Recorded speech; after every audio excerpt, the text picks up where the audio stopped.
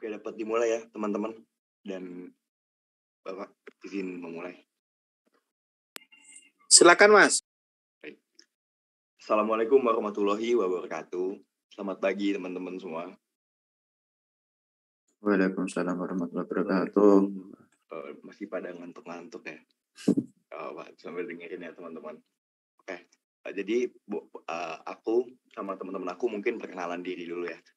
Perkenalkan, nama aku Pandu Adi Gunabiono. Boleh dilanjut, Rafif? Perkenalkan, nama saya Muhammad Rafif Yananda. Perkenalkan, nama saya Gian Rizky. Perkenalkan, saya Reza Farhana Pasha. Ya, jadi hari ini kelompok kami izin mempresentasikan soal dari bab subbab biaya jangka pendek dan keputusan keluaran. Boleh di next.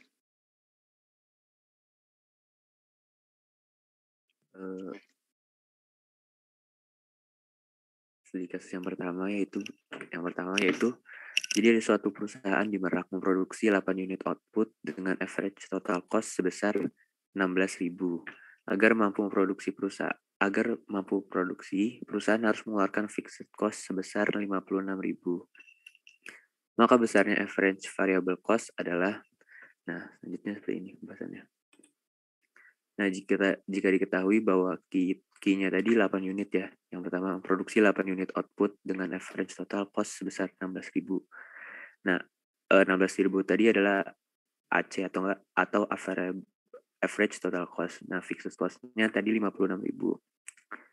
Ditanya besarnya average variable cost atau AVC. Nah, jika diketahui bahwa average total cost itu adalah jumlahan dari average fixed cost tambah average variable cost. Yang diketahui bahwa rumusannya average fixed cost itu fixed cost dibagi quantity atau Q ditambah AVC. Nah, diketahui bahwa average total cost-nya atau AC sendiri adalah 16.000, sedangkan fixed cost-nya sebesar 56.000 dibagi quantity yaitu 8. Yang ditanya adalah AVC-nya. Nah, selanjutnya 56.000 dibagi 8 sama dengan 7.000 dan pindah ruas 16.000 dikurangi 7.000 sama dengan 9.000. Maka besarnya average variable cost yang harus dikeluarkan untuk memproduksi 8 unit dengan fixed cost sebesar 56.000 adalah Rp9.000.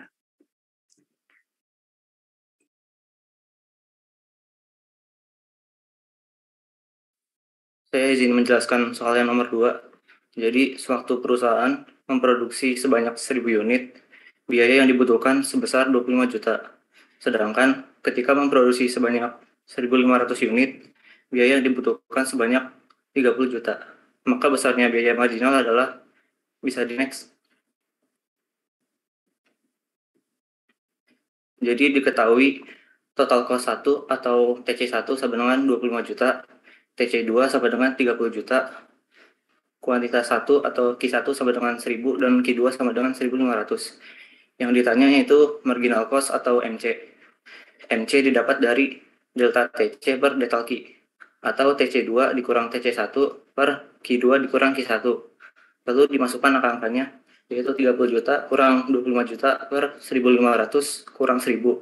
Didapat 5 juta per 500 sama dengan 10.000. Jadi besarnya biaya marginal adalah Rp10.000.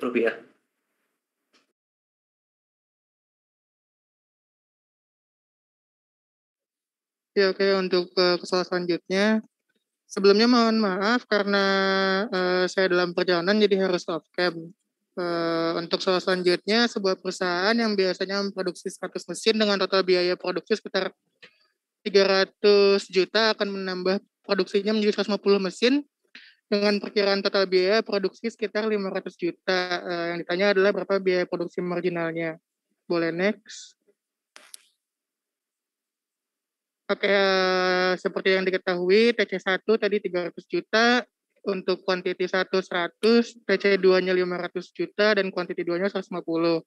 Yang ditanya adalah marginal cost-nya dengan rumus delta TC per delta Q. Lalu disubstitusi, dimasukkan marginal cost-nya jadi 500 juta dikurang 300 juta, dibagi 150 dikurang 100. Jadinya 200 juta per 50 sama dengan jadi marginal cost-nya 4 juta. Jadi biaya produksi yang berjalannya adalah 4 juta rupiah. Boleh next? Oke, aku next ya. Jadi ada soal yang terakhir, yaitu perusahaan PAC merupakan sebuah perusahaan yang bergerak dalam industri mobil listrik. PAC memproduksi 100 buah mobil listrik setiap tahunnya. Tahun ini PAC melakukan peningkatan produksi pada perusahaannya menjadi 200 mobil. Dengan harapan semakin banyak output, maka laba yang didapatkan akan semakin banyak pula. Tetapi setelah melakukan peningkatan produksi, ternyata keuntungan yang didapat tidak signifikan, bahkan stagnan. Dari studi kasus di atas, berikan penjelasan dan solusi yang dapat Anda berikan sebagai mahasiswa untuk mengatasi permasalahan perusahaan PAC. Mungkin boleh di next. Kalau dari saya memberikan solusi, yaitu saya memberikan penjelasan dulu ya. Kenapa itu bisa terjadi. Jadi nanti ketika kelompok sebelum saya menjelaskan itu ada diberikan teori bahwa tingkat output yang memaksimalkan keuntungan untuk semua perusahaan adalah tingkat output di mana MR sama dengan MC. Nah, MR itu apa? Marginal revenue. Marginal revenue adalah pendapatan tambahan yang diterima perusahaan ketika meningkatkan output dengan 1 unit tambahan. Lalu ada MC itu apa? Marginal cost. Marginal cost atau biaya marginal adalah kenaikan biaya total yang disebabkan 1 unit output. Jadi solusinya adalah boleh ningkatin output tapi harus mencapai kondisi di mana tingkat output itu MR-nya sama dengan MC gitu. Kalau dari saya, tapi solusi dari permasalahan tadi itu bukan cuma ini. Mungkin teman-teman semua ada yang punya pendapat lain, ada yang punya solusi lain. Boleh banget raise hand atau mengutarakan pendapatnya aja. Terima kasih.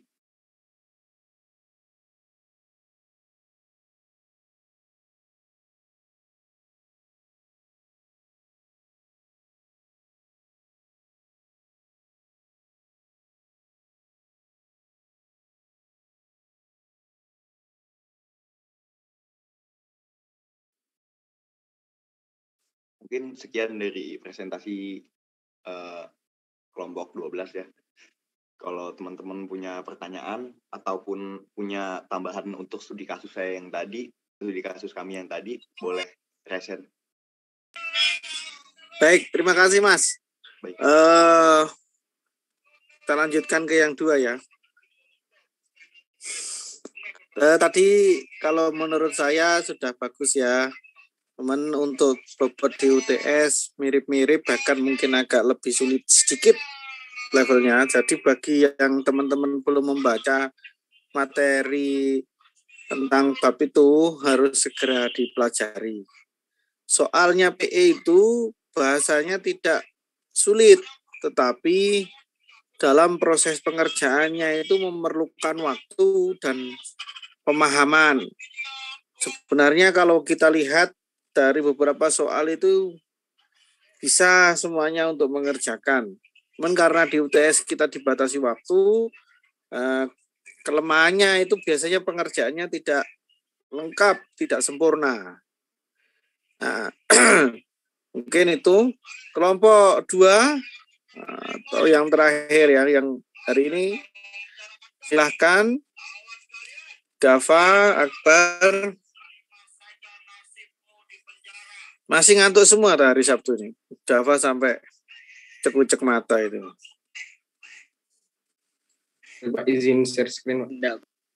Ya, silakan Mas.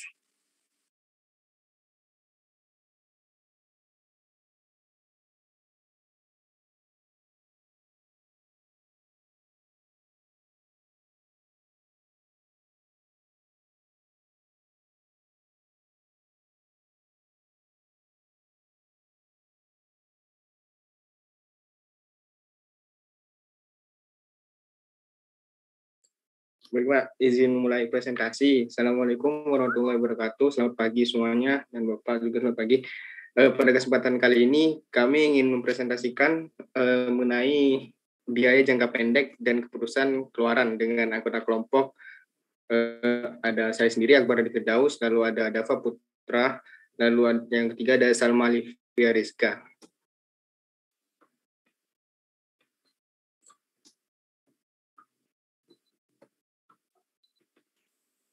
Baik, di sini saya akan menjelaskan mengenai keputusan perusahaan. Pada biaya jangka pendek atau short run, dikatakan short run adalah karena terdapat variabel biaya yang digunakan itu bersifat tetap atau fix. Berdasarkan behavior of corporate atau kebiasaan suatu perusahaan, kita mengasumsikan bahwa kita menganalisis suatu perilaku perusahaan itu dengan sistem pasar persaingan sempurna. Perusahaan atau firm akan mengambil beberapa keputusan dalam merespon permintaan konsumen. Pada siklus sistem perekonomian dua sektor, bahwa perusahaan akan menciptakan output yang diminta oleh konsumen. Pertanyaannya, lalu berapakah jumlah output yang harus dihasilkan? Berapakah jumlah produksinya? Lalu apa input yang akan digunakan untuk menghasilkan output tersebut? Itu merupakan beberapa keputusan yang harus diambil oleh suatu perusahaan untuk menjawab kebutuhan konsumennya. Keputusan yang diambil ini didasari pada informasi yang diperoleh perusahaan, yaitu berapa harga output di pasar. Ingat bahwa pasar yang dimaksud di sini adalah perfect competition market, di mana banyak perusahaan tidak menjadi price maker, tetapi perusahaan itu menjadi price taker. Kalau harga output di pasar cukup tinggi, maka perusahaan akan merespon dengan menghasilkan output lebih banyak. Lalu yang kedua, berkaitan dengan teknik atau teknologi yang digunakan untuk menghasilkan output. Dan yang terakhir adalah berapa harga input yang ada di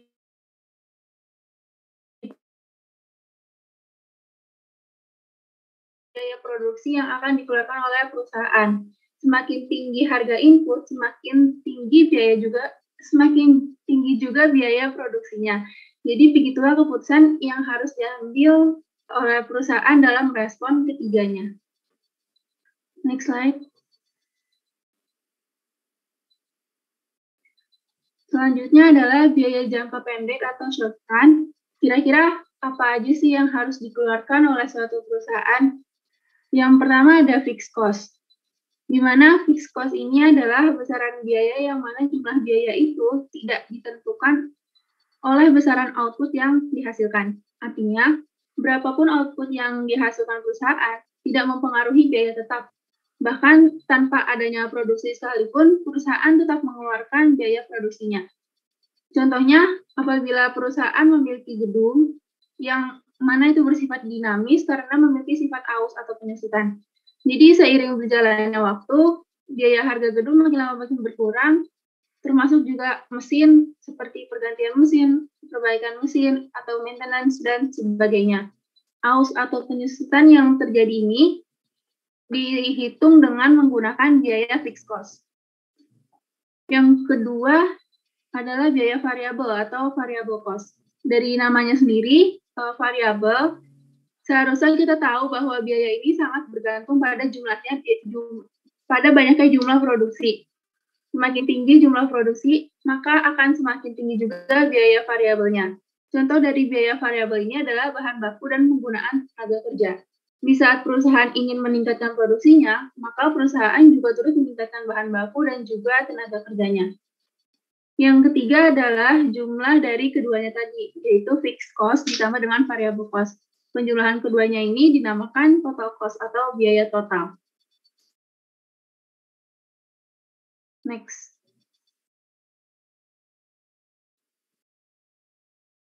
Nah, berbicara mengenai biaya total, kita juga mengelompokkannya ke dalam beberapa bentuk. Di antaranya biaya tetap total. Terdapat kata penambahan kata total di sini yang mendefinisikan semua biaya tetap atau biaya yang tidak berubah walau terjadi perubahan jumlah output. Lalu ada biaya tertanam, yaitu biaya yang tetap dalam jangka waktu pendek karena perusahaan tidak memiliki pilihan kecuali untuk membayarnya. Lalu juga ada biaya tetap yang dihitung dengan mencari nilai rata-ratanya, yaitu average fixed cost, adalah biaya tetap yang dikeluarkan setiap unit output yang dihasilkan. Secara sistematis dapat dihitung dengan cara membagi total fixed cost yang dikeluarkan dengan jumlah output yang dihasilkan. Jadi total fixed cost per unit output yang dihasilkan. Next slide. Nah, supaya lebih paham, berikut adalah cara perhitungan average fixed cost. Di sini Q adalah tingkat output perusahaan, dimulai dari 0 output, atau misalnya sedang tidak memproduksi sama sekali, hingga 1, 2, 3, 4, 5 output. Selanjutnya ada PFC, atau fixed cost yang bersifat tetap, meskipun terjadi peningkatan jumlah output dan tidak ada output sama sekali, karena tetap ada pengeluaran yang harus dibayarkan oleh perusahaan. Contoh mudahnya, itu seperti kita sekarang ini, walaupun mahasiswa daring, dosen-dosen juga daring di rumahnya masing-masing, tetapi tetap ada biaya yang dikeluarkan oleh perguruan tinggi, misalkan untuk pemeliharaan gedung, pemeliharaan alat-alat lab, dan sebagainya. Lalu, ketika kita menghitung rata-ratanya, maka kita membagi total fixed cost dengan output yang dihasilkan. Dengan tersebut, kita akan mendapatkan angka-angka di kolom yang paling kanan itu. Next slide. Nah, secara kurva, kita dapat menuliskan biaya tetap seperti ini, bersifat konstan horizontal, karena jumlahnya tidak bergantung pada jumlah output.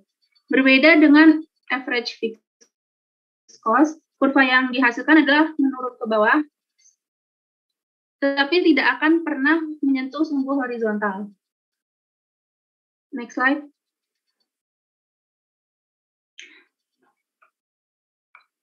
Selanjutnya kita masuk ke bagian biaya variabel atau variable cost. Variable cost adalah jumlah semua biaya yang nilainya sangat bergantung pada jumlah output yang dihasilkan. Semakin banyak output yang dihasilkan, maka semakin naik juga biaya untuk membayar tenaga kerja. Begitu pula dengan bahan baku yang harus dibeli juga harus lebih banyak. Nah, jumlah dari biaya tenaga kerja dan biaya bahan baku ini disebut dengan biaya variabel total. Berikut merupakan kurva biaya variabel total, yang mana kurva tersebut menggambarkan hubungan biaya dan tingkat output perusahaan. Dapat kita lihat bahwa semakin tinggi harga output yang dihasilkan, maka tentu total variable cost-nya akan semakin meningkat. Sementara itu, semakin rendah output yang dihasilkan, maka semakin rendah biaya yang dikeluarkan. Next. Oke, berikut adalah contoh data yang menggunakan penggambaran input.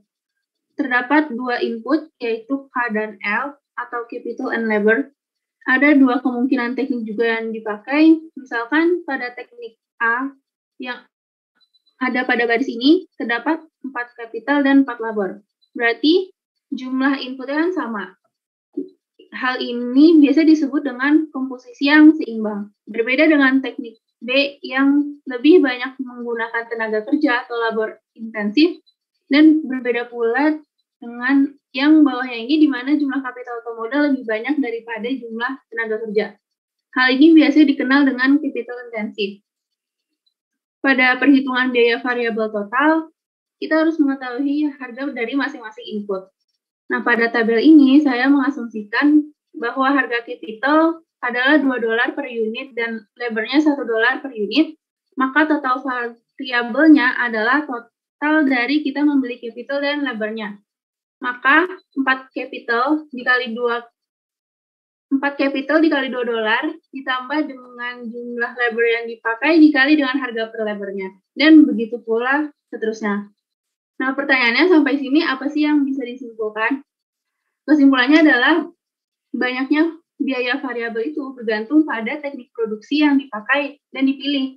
Misalkan menggunakan capital intensif atau labor intensif sesuai dengan perusahaan. Next slide. Baik, selanjutnya saya akan menjelaskan sedikit tentang marginal cost. Marginal cost sendiri atau biaya marginal punya arti yaitu kenaikan biaya total yang disebabkan satu unit output. Nah, biaya marginal di sini bisa mencerminkan dari perubahan biaya variabel tersebut.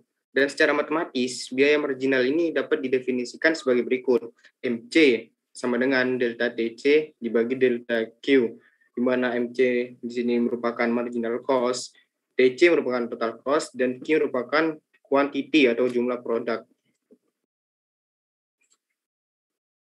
Baik, selanjutnya adalah derivasi biaya marginal dari total biaya variabel. Nah, pada tabel tersebut, marginal cost pada tabel di atas ini digunakan untuk mengukur biaya tambahan input yang dibutuhkan untuk memproduksi setiap unit output yang berurutan. Dapat dilihat ketika unit outputnya 0, tentunya total variable cost-nya masih 0 ya. Dan ketika unit outputnya menjadi 1, di sini marginal cost-nya menjadi $10 dan total variable cost-nya bertambah yang awalnya 0 jadi 10. Ketika unit outputnya 2, di sini marginal cost-nya misalnya $8 dan total variable cost-nya bertambah yang dari 10 menjadi $18 dan begitu seterusnya. Bentuk dari kurva biaya marginal dalam jangka pendek. Nah, kurvanya ada di slide berikutnya. Dan sebelum itu, saya akan menjelaskan fakta bahwa dalam jangka pendek, setiap perusahaan dibatasi oleh beberapa input tetap yang berarti bahwa 1. Perusahaan menghadapi hasil yang semakin berkurang untuk input variabel, dan yang kedua, perusahaan memiliki kapasitas terbatas untuk menghasilkan suatu output. Dan ketika sebuah perusahaan mendekati kapasitas itu, maka untuk menghasilkan output yang lebih tinggi secara berturut-turut akan menjadi semakin mahal. Dan ini merupakan kurva dari biaya marginal dalam jangka pendek. Biaya marginal pada akhirnya akan meningkat dengan output dalam jangka pendek. Lihat pada grafik ya, kurva yang sebelah kanan ini ya. Baik, selanjutnya grafik total biaya variabel dan biaya marginal. Total biaya variabel selalu meningkat dengan output. Kurva biaya marginal menunjukkan bagaimana biaya variabel total berubah dengan peningkatan satu unit output dalam output total. Dan di bawah 100 unit output, total variable cost meningkat pada tingkat yang menurun. Lalu di luar 100 unit output, total variable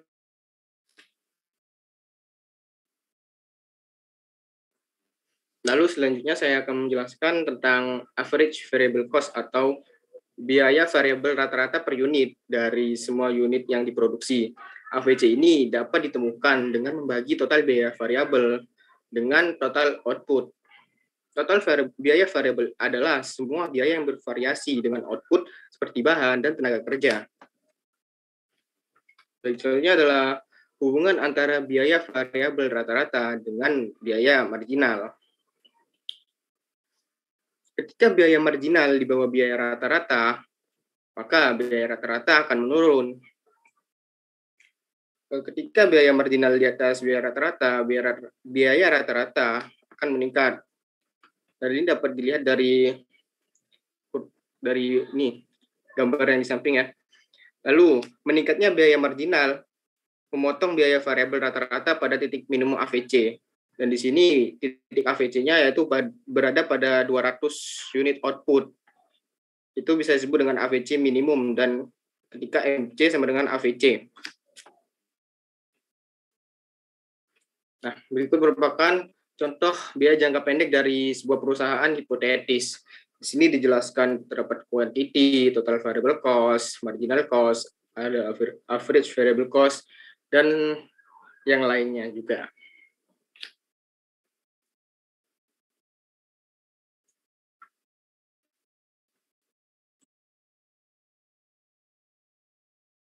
Ya, selanjutnya saya akan menjelaskan tentang biaya total. Biaya total itu menambahkan TFC ke TVC, berarti menambahkan jumlah biaya tetap total yang sama ke setiap tingkat biaya variabel total.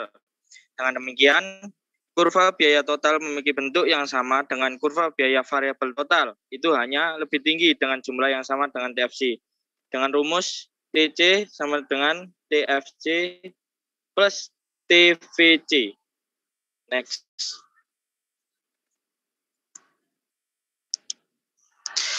Lalu ada biaya total rata-rata. Itu merupakan biaya total dibagi jumlah unit output atau key. Dengan rumus ATC sama dengan average fixed cost ditambah average variable cost. Jika dijabarkan seperti rumus di bawahnya, karena AFC turun dengan output, jumlah yang terus menurun ditambahkan ke average variable cost. Next. Lalu ada hubungan antara biaya total rata-rata dan biaya marginal. Jika biaya marginal di bawah biaya total rata-rata, maka biaya total rata-rata akan turun menuju biaya marginal. Lalu jika biaya marginal di atas biaya total rata-rata, maka biaya total rata-rata akan meningkat. Dan yang ketiga, biaya marginal memotong biaya total rata-rata dan kurva biaya variabel rata-rata pada titik minimumnya. Next. Lalu selanjutnya ada keputusan keluaran, yakni pendapatan, biaya, dan maksimalisasi laba. Dalam jangka pendek, perusahaan kompetitif menghadapi kurva permintaan yang berupa garis horizontal pada harga ekuilibrium pasar. Ini merupakan kurvanya, grafiknya teman-teman, kurvanya. Next.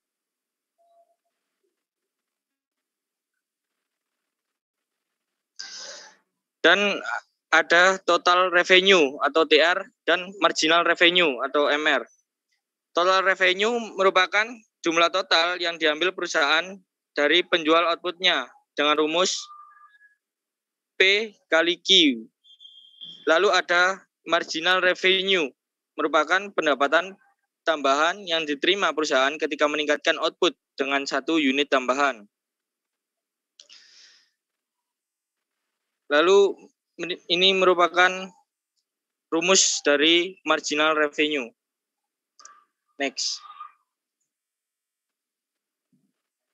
Lalu kali ini ada membandingkan biaya dan pendapatan untuk memaksimalkan keuntungan.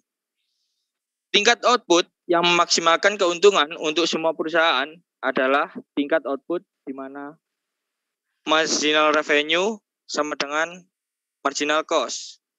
Lalu dalam persaingan sempurna, MR sama dengan P. Oleh karena itu, perusahaan persaingan sempurna yang memaksimalkan keuntungan akan berproduksi sampai pada titik di mana harga outputnya sama dengan biaya marginal jangka pendek. Ide kuncinya di sini merupakan bahwa perusahaan akan berproduksi selama pendapatan marginal melebihi biaya marginal.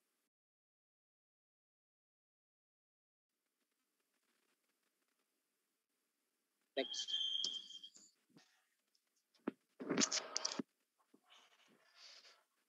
Merupakan contoh tabel analisis laba untuk perusahaan sederhana.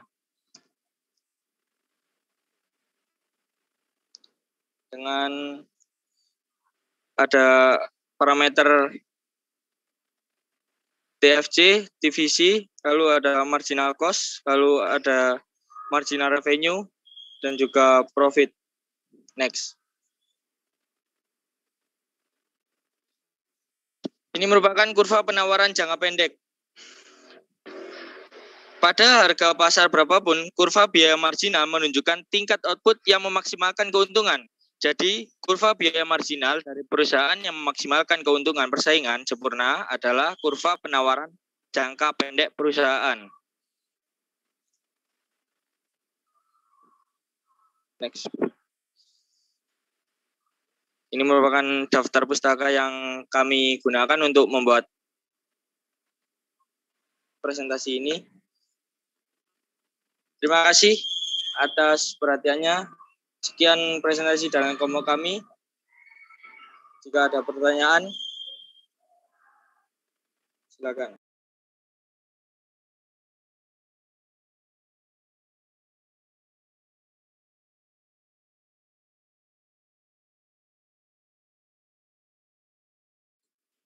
Izin bertanya.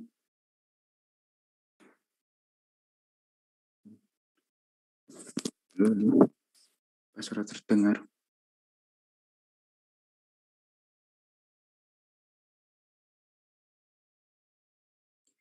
Sudah terdengar, Dain. Ya, saya izin bertanya ya. Kan tadi fixed cost itu kan tidak dipengaruhi oleh output ya. Misalnya saja ya, misalnya ada suatu pengeluaran yang awalnya itu digolongkan terhadap di fixed cost itu, namun pada kondisi tertentu atau ya pada kondisi tertentu pengeluaran tersebut dipengaruhi oleh besar kecilnya output. Apakah nantinya pengeluaran tersebut akan digolongkan ke variable cost atau tetap menjadi fixed cost? Terima kasih.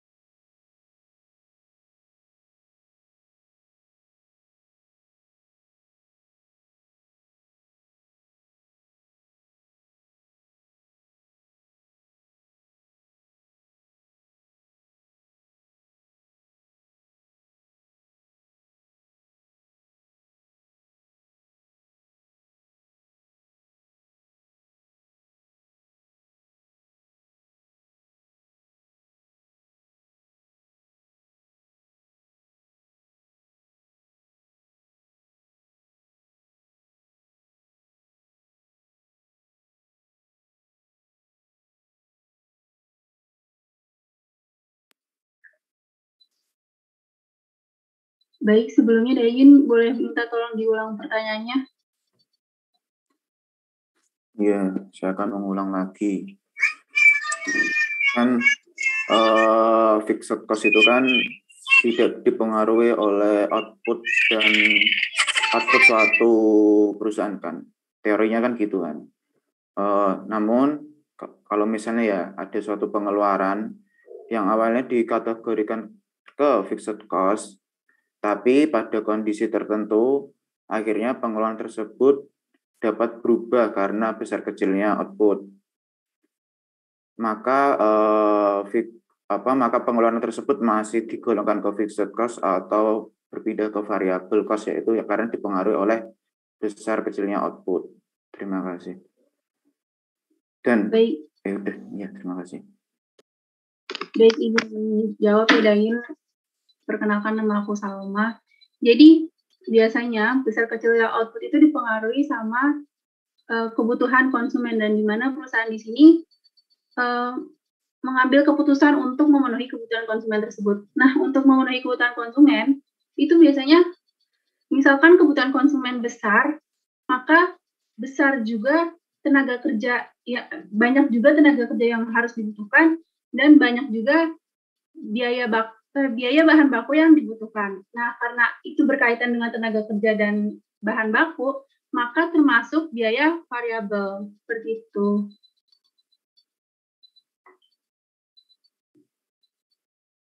Dapat dipahami, Dayin? Baik, saya tambahkan sedikit ya. Iya, baik, Pak. Biaya tetap itu biasanya ada beberapa kriteria ya. Kriteria yang itu disepakati oleh perusahaan, permintaannya sangat stabil, permintaan dan barang itu sangat stabil, kemudian biaya yang dikeluarkannya pun juga sangat pasti. Dengan biaya variabel biasanya dia akan mengikuti perubahan berdasarkan ada jumlah kebutuhan produksi dan ada yang tidak terkait dengan jumlah perubahan produksi. Kalau disebutkan di sini adalah tidak berubah seiring perubahan output dan bahkan tidak ada produksi.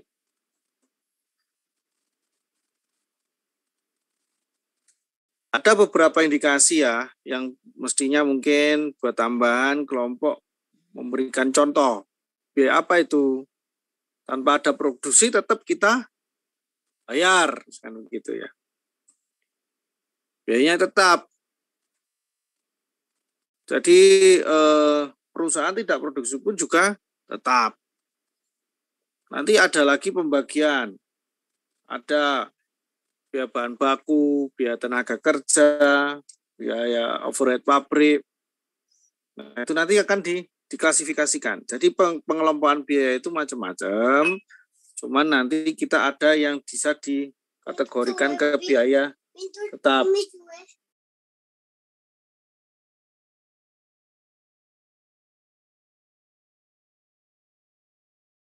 Nah, kalau di dalam soal biasanya sudah diketahui ini termasuk biaya tetap, ini termasuk biaya variabel dan sebagainya. Ini biaya rata-rata, ini biaya apa itu istilahnya itu VC, kemudian FC dan sebagainya. Nah, itu biasanya sudah diketahui. Yang paling susah itu adalah soal cerita, di mana nanti kita diminta untuk mengklasifikasikan. Itu susah. Nah, biaya tenaga kerja itu masuk biaya mana? Gitu ya. Terkait pengklasifikasian biaya, itu juga berkaitan dengan studi kasus di dalam soal. Kalau di soal DPE, itu biasanya sudah disampaikan di awal. Jadi konsennya itu diperhitungkan. Nanti di akuntansi biaya diperjelas lagi tentang bagaimana menilai apakah biaya tersebut itu biaya tetap atau bukan. Produksi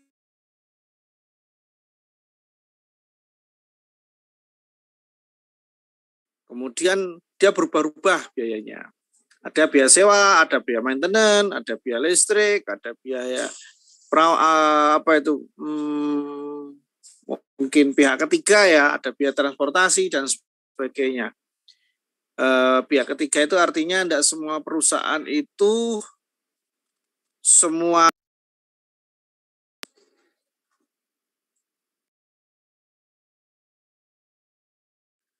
proses produksinya ditangani sendiri. Ada yang menggunakan pihak ketiga. Biasanya ini akan selalu berubah-ubah mengikuti dengan nilai kontrak. Kontraknya biasanya jangka pendek dan ada yang jangka panjang. Mungkin seperti itu ya, tambah nih. Ada lagi yang perlu ditanyakan? Izin bertanya lagi, Pak. Tapi itu Pak, di luar materi ini apakah boleh Pak? Tapi berhubungan dengan ekonomi sih Pak. Coba gimana? Kan saya tuh dapat studi kasus yang pemrograman itu ya Pak. Itu kan disuruh menghitung nilai BCR, yaitu nilai BCR kan dari PVB per PVC atau total pemasukan dibagi total pengeluaran ya Pak. Nah, itu di keterangan studi kasus itu kalau nilai BCR-nya lebih dari sama dengan 1, maka perusahaan itu produksi tersebut itu layak untuk dilakukan gitu Pak. Namun jika BCR itu kurang dari 1, maka itu tidak layak. Nah, itu kan begitu ya Pak. Tapi kemarin itu pas bimbingan dosen itu dosennya bilang kalau misalnya saja ya nilai total pemasukan sama total pengeluaran aja itu sama. Masa iya suatu perusahaan itu layak untuk dijalankan? Itu bagaimana Pak menurut Bapak Indra? Terima kasih Pak. Baik, yang pertama saya harus melihat studi kasusnya ya, baru bisa komentar ya. Jadi studi kasusnya itu seperti apa, kemudian perhitunganmu tidak ada yang salah, itu dipastikan dulu. Nah, perhitungannya tidak ada yang salah. Indikator perusahaan bisa dikatakan layak dan tidak, itu tidak hanya menggunakan BC ratio. Masih ada nilai-nilai yang lain, salah satunya adalah net present value NPV. Yang menjadi masalah nanti adalah ketika perbandingan antara BC ratio, NPV, dan metode yang lain, itu nanti akan memiliki hasil yang berbeda.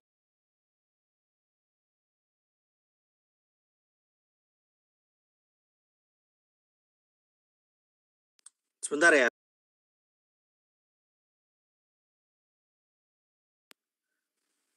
Metode-metode yang digunakan di dalam ekonomi itu akan akan banyak dan hasilnya biasanya beda. Terus bagaimana Pak solusinya? Kalau di dalam studi kasus itu tidak terlalu mendetail, Mas. Maka yang digunakan adalah prinsip yang paling sederhana. Misalkan nilainya di atas 1, kurang dari 1, dan sebagainya. Tetapi kalau di dalam perusahaan, analisisnya itu detail. Banyak variabel yang dimasukkan. Misalkan menggunakan net present value, NPV, itu juga mendeteksi bahwa perusahaan tersebut layak untuk dilanjutkan dan tidak layak untuk dilanjutkan. Tetapi di dalam dunia lapangan perusahaan, nilai yang sangat kecil itu sangat berisiko. Begitu. Nanti akan menemukan itu, Mas. Kalau di pelajaran akuntansi ya, itu di laporan keuangan, itu nanti akan ketemu beberapa metode, sehingga di antara metode-metode itu nanti bisa jadi hasilnya tidak sama. Menggunakan metode ini kok perusahaan layak ya, tapi menggunakan metode ini perusahaan kok tidak layak. Itu akan menghadapi kasus seperti itu. Kalau di contoh soal atau studi kasus, biasanya variabelnya terbatas, sedikit. Jadi misalkan kasusnya Mas Dayin bisa jadi yang di praktikum, itu bisa jadi sudah ditentukan variabel yang terbatasnya itu. Sehingga tinggal dihitung keluar angkanya 1 atau kurang. Kan kira-kira begitu. Nah, ketika angkanya kecil atau kurang, atau di situ disebut layak, seharusnya layak secara teori kalau perhitungannya besar. Tetapi kenapa ini tidak layak? Mungkin ada variabel lain yang tidak dimasukkan di situ. Apabila variabel itu dimasukkan, maka jadi BC rasionya tidak layak. Nah, itu yang harus dicari alasannya. Harus dicari alasannya. Ada di dalam beberapa buku ekonomi ya. Yang terpenting itu adalah kita mengklasifikasikan variabel-variabel tersebut dan variabel mana yang paling mempengaruhi. Contoh ya, kamu studi kasusnya apa kebetulan, Mas? Itu Pak, menghitung nilai BCR itu Pak, intinya. Usahanya atau produksinya atau perusahaannya? Perusahaan fotokopi kalau nggak salah. Fotokopi itu sangat lama sekali BEP-nya ya, nilai BCR-nya sangat kecil itu. Karena dia investasi awalnya di mesin fotokopinya itu puluhan juta. Kayak gitu enggak sih? Seingat saya gitu. Kalau fotokopi itu lama dia, untuk dikatakan layak dia memerlukan banyak sekali produksi. Kalau hitunganmu cuma 1, Mas. Jadi fotokopi itu termasuk salah satu usaha apabila Anda menghitungkan BC rasio dia memerlukan waktu yang lama. Coba bandingkan dengan susu kedelai. Pembuatan susu kedelai bandingkan dengan produksi frozen food. Jauh nanti. Nanti akan tahu perbedaan perhitungan BC rasionya. Ketika mengajukan proposal ekonomi, di situ ada BEP, ada BC rasio, ada NPV, nanti akan kelihatan. Karena mesin fotokopi itu yang tidak bisa kita ganggu gugat, itu di investasi awal. Investasinya itu nanti ada 2, Mas Dayin. Kamu mau beli atau sewa, itu hitungannya beda. Kalau di studi kasus beli, coba kamu geser ke sewa. Nanti hasilnya lah beda. Nah, jadi terkadang metode BC rasio bisa jadi tidak cocok dengan investasi yang Anda gunakan untuk menghitung kelayaan usaha tersebut. Jadi harus menggunakan metode yang lain. Nah, bisa jadi begitu. Kalau di dalam laporan keuangan atau di dalam proposal bisnis ya, di dalam studi kelayakan bisnis atau studi kelayakan usaha, terkadang usaha yang kita gunakan itu juga dihitung dengan metode yang paling mendekati dengan studi kasus. Kenapa seperti itu?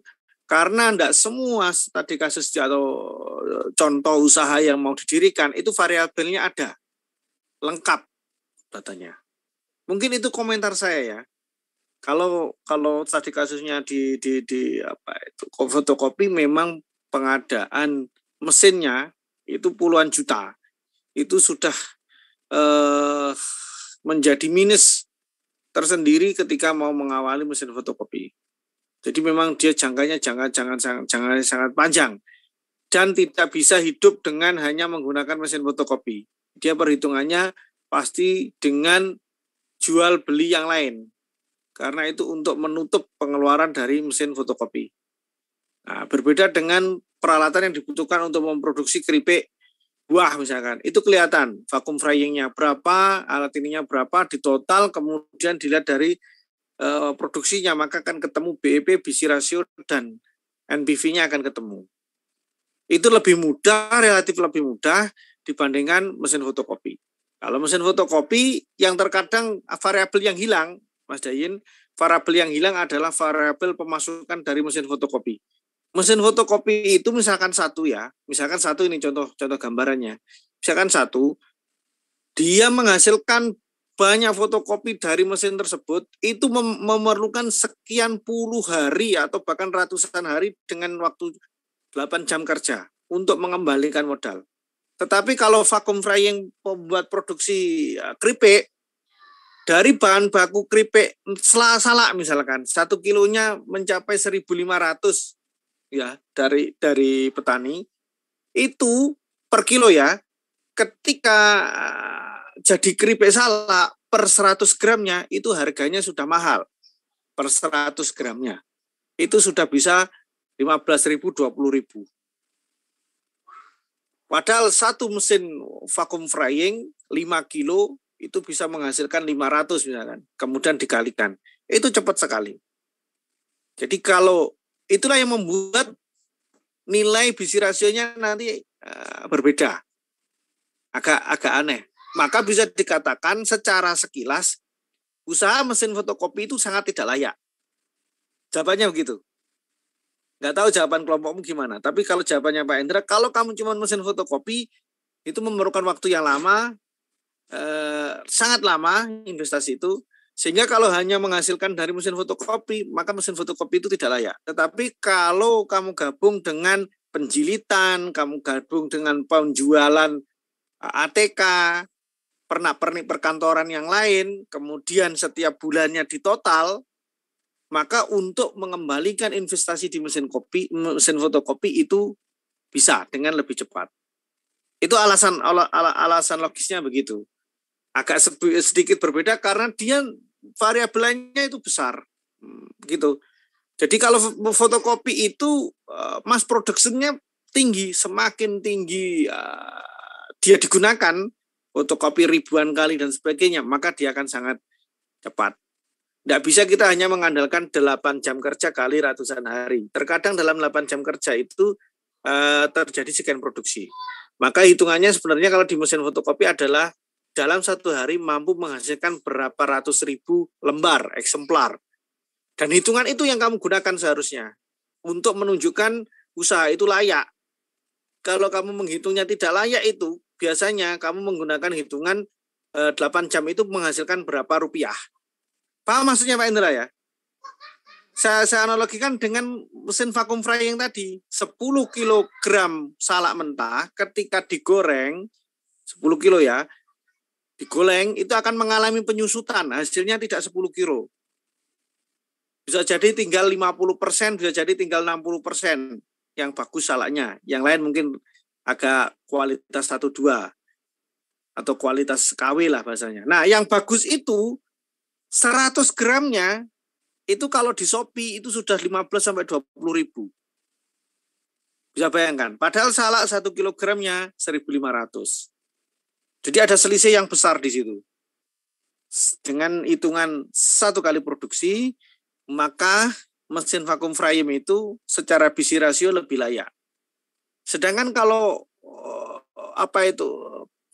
fotokopi sekali produksi dengan ratusan ribu itu masih belum layak.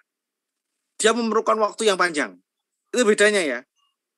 Itulah kenapa analisa usaha di sektor fotokopi itu kalau mengandalkan satu mesin dan hanya mesin itu yang jadikan pemasukan, itu pasti tidak layak. Kalau dipaksakan layak, itu pasti salah. Pasti itu. Tetapi kalau ada variabel lain yang di dalam usaha itu, penjilitan, misalkan begitu, kemudian penjualan ATK dan sebagainya, itu bisa lebih pendek durasi bulannya untuk dikatakan layak. Mungkin itu yang saya sedikit pahami tentang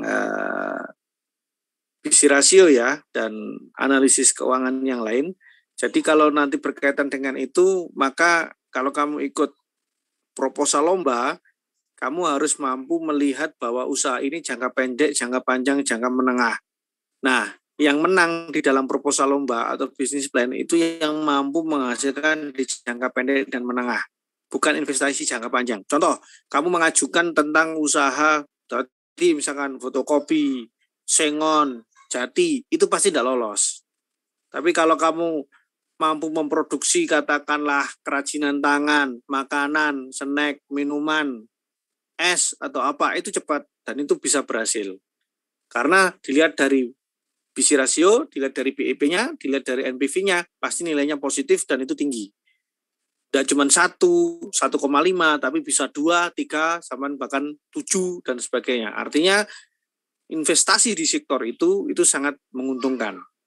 Buktinya apa? Buktinya usaha mikro sekarang sangat menjamur. Kamu lihat di mana-mana selalu ada makanan, minuman, snack, atau apapun itu. Kalau itu menunjukkan bahwa secara ekonomi hitungan itu sangat menguntungkan. Yang membuat mereka tidak menguntungkan nanti atau dia gagal adalah kerja keras, disiplin, pengelolaan keuangan, antara pemasukan pengeluaran tidak didata, kemudian apa itu budaya konsumtif, kadang begitu ya, pengeluaran di biaya tenaga kerja, overhead pabrik, listrik tidak dihitung, sehingga ketika menentukan harga jual, margin labanya kecil, itu kendalanya sehingga mereka gulung tikar. Terkadang juga terkait STP, segmentasi pasarnya tidak tepat, beli bikin yogurt kecil-kecil setik-setik itu kalau untuk anak SD pas, tapi kalau untuk anak perkuliahan itu tidak pas. Anak kuliah senangnya yang jumbo-jumbo, yang besar-besar, yang menarik dan sebagainya. Ini contoh saja. Jadi kalau kamu nanti berkaitan dengan itu, maka ada variabel. Kalau dikembalikan ke praktikum atau ke studi kasus ini, itu pasti akan ada banyak variabel. Kalau menghitungnya hanya satu item, maka itu memang akan susah. Itu karena termasuk investasi jangka panjang.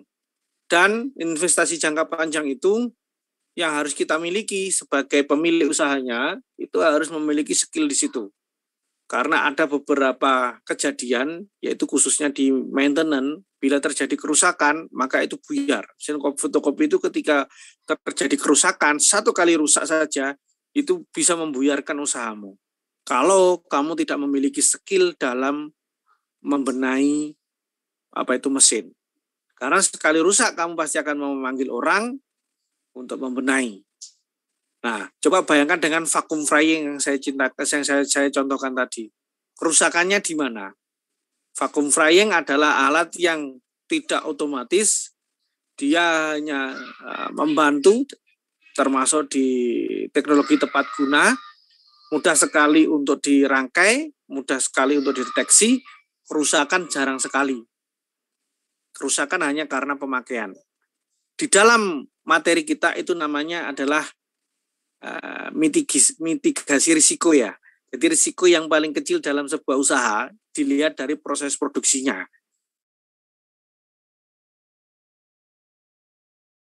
Dan sebagainya, itu biasanya investasinya kecil dan mudah perputarannya. Tapi usaha yang memiliki risiko yang besar, biasanya hasilnya juga besar, jangka panjang, tapi kalau sekali rusak, sekali ini, itu langsung gulung tikar. Jadi ada beberapa yang harus dipahami nanti untuk hal seperti itu hati-hati. Ya, boleh ikut-ikut ini ya. Jangan tergiung sama investasi dan sebagainya ya. Yang belakangan ini banyak yang mendekam ke penjara ya. Jangan ya, karena memang itu kemampuan mempengaruhi konsumennya luar biasa, cara ngomongnya, pidatonya luar biasa ya, public speakingnya good banget, seperti dihipnotis, tapi jangan. Kalau sudut pandangnya Pak Hendra, di ilmuwan teknik industri itu kita sudah pelajari ada bahan baku, ada proses produksi, ada output atau produknya, bisa berupa barang, berupa jasa. Kamu kembalikan ke situ aja, itu normal. Jadi ketika ada permintaan dari customer, kemudian ada bahan mentahnya, kemudian ada proses produksi, entah itu menjadi barang jadi maupun barang setengah jadi, kemudian ada produknya, entah itu jasa maupun barang, kemudian dijual, maka itu akan menghasilkan uang. Kita berpikir logisnya begitu. Jangan investasi, beli ini, beli itu, kirim transfer ini, transfer itu dengan rayuan kembali sekian itu, jangan. Anak teknik industri seharusnya rada kritis di situ. Itu di endi ku anu nih penghasilannya piye ku, biaya iki ini marginnya piye, cara golek ini ku. Masa iya kan begitu? Itu ngitungnya pakai apa itu kayak gitu. Itu seharusnya tidak masuk ke dalam penipuan semacam itu. Jadi kita kembalikan ke keilmuan kita bahwa untuk menghasilkan uang itu memang ada beberapa proses istilahnya yang alami. Tenaga kerja harus terpenuhi, biaya overhead pabrik terpenuhi, biaya variabel ini, biaya tetapnya ini, sehingga ketika terjadi transaksi kita nyambung. Oh iya. Kalau properti gimana Pak? Properti itu indikasi pertamanya adalah kemampuan Anda mencari lahan yang harganya murah. Kemudian dipasarkan. Kemudian dihitung dulu sebelum dipasarkan ya, dihitung dulu antara kebutuhan lahan, kebutuhan membebaskan lahan, kebutuhan mendesain, dan bahkan kehabisan bangunannya, materialnya, tenaga kerjanya, jasa konstruksinya, dan sebagainya, kemudian dijual. Itu ada hitung-hitungannya semua. Nah, sehingga dalam membuat investasi pun, kita itu juga bisa menghitung investasi di bidang apa. Bidang jasa misalkan, ada permintaan sekarang kalau di Kota Malang ya, kalau kamu mau menggeluti ya, Pak Hendra dulu pernah ya, waktu di semester akhir mau skripsi, itu pernah mendirikan lembaga bimbingan belajar ceritanya. Saya mendirikan lembaga bimbingan belajar namanya Al-Kindi.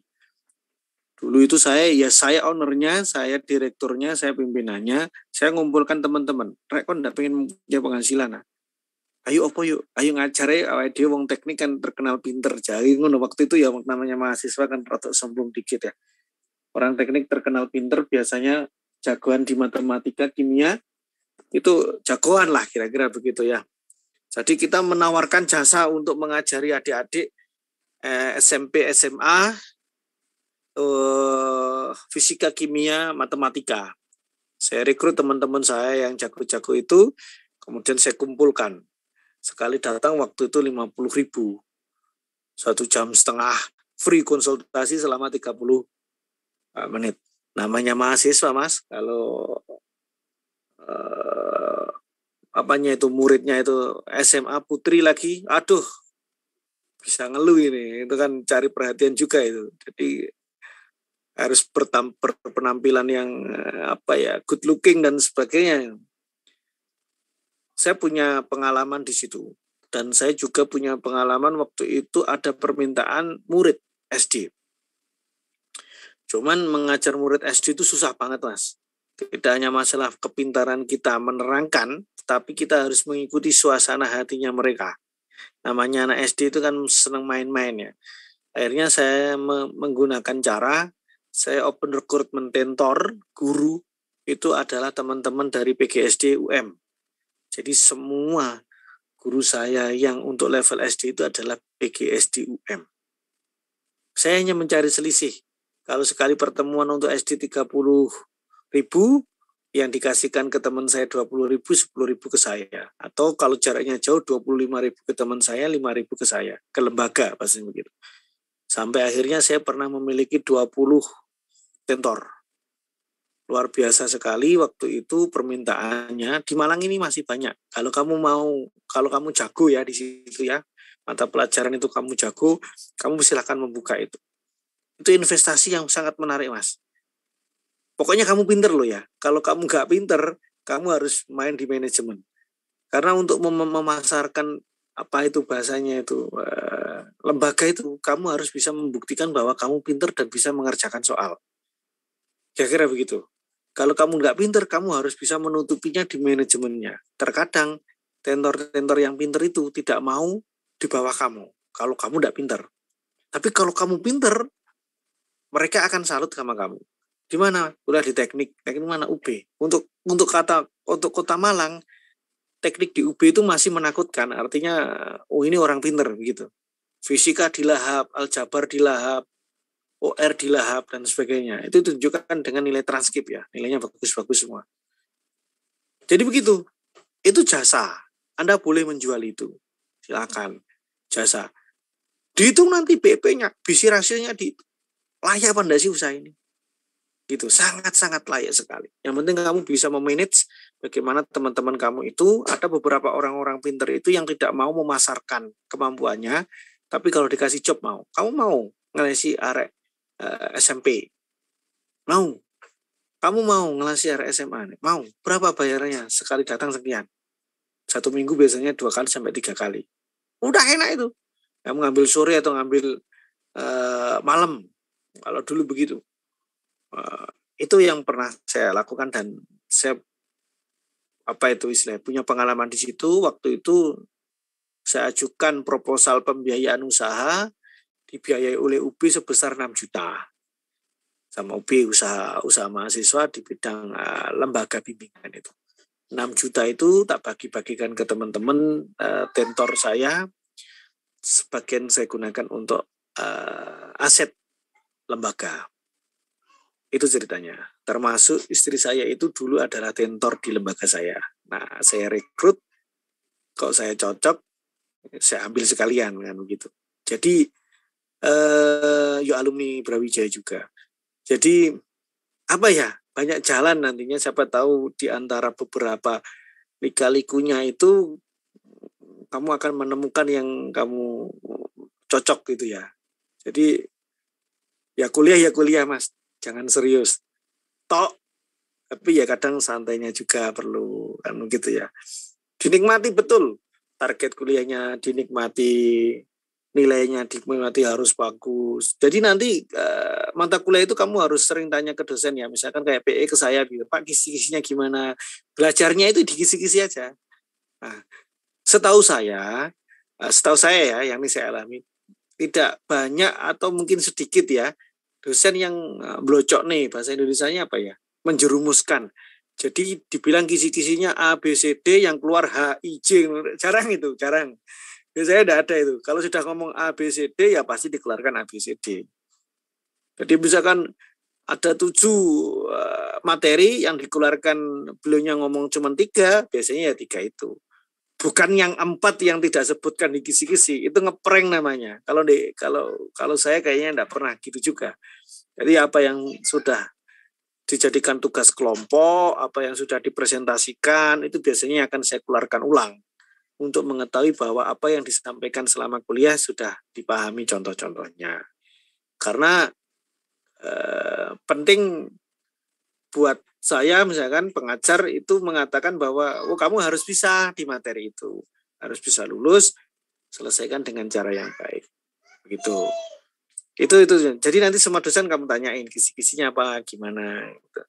Ya kalau kamu tanya belum dibalas, mungkin di grup kelompok atau teman yang lain yang bertanya. Jadi kadang ada kesibukan, ada ini yang pertanyaan-pertanyaan itu tidak segera dijawab. Tapi itu penting ya, supaya kamu belajarnya tepat, tidak sesuai, tidak berbeda jauh dengan apa yang disampaikan oleh Bapak Ibu dosen. Jadi seperti itu ya pandangan saya tentang visi rasio. Mungkin saya cukupkan ya Mas Dein. Mas Akbar, Mas Dava cukup ya? Cukup Pak. Ya. Selamat berakhir pekan. Ada lagi yang tanya? Maaf Brenda? Pak, saya mau tanya untuk absensinya bagaimana ya Pak? Itu sudah saya absen belum ya? Belum, di Gapura sama siang masih belum ada Pak. Sampai berapa pertemuan? Baru 6. Oh baru 6. Oke, baru hari ini tak checklist semua ya. Terima kasih Pak. Enggak ada yang masalah kan presensinya? Semuanya bisa ujian kan? Aman, Pak. Aman. Saya cukupkan. Selamat malam minggu ya. Jangan kemana-mana. Belajar saja jadi anak yang baik kan gitu ya. Atau kalau kemana-mana ya jangan terlalu malam lah. Jaga kesehatan. 1 pekan ke depan akan ada ujian penentuan penilaian. Yang menjadi masalah yang harus diingat adalah submit-nya 10 menit sebelum batas terakhir dikumpulkan. Diusahakan seperti itu. Sekarang ada sedikit toleransi ya.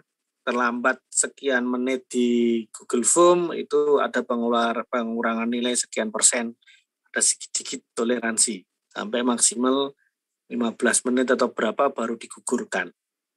Cuman jangan mengandalkan itu. Selesaikan 10 menit dari batas yang ini. Karena sebenarnya nilai waktu untuk mengerjakan itu 10 menitnya itu adalah toleransinya. Jadi misalkan 90 menit, maka nilai waktu mengerjakannya itu sebenarnya 80 menit, yang 10 menit adalah toleransi untuk pengiriman jawaban. Itu pesan saya ya.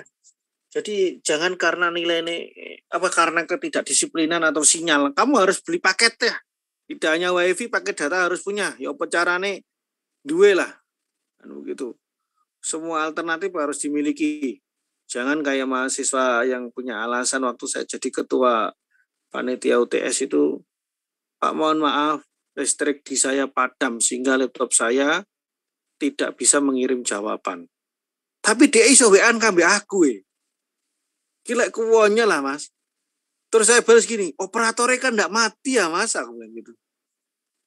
Ya artinya fotonen mas, scannen, mari ngono kiriman lewat HP.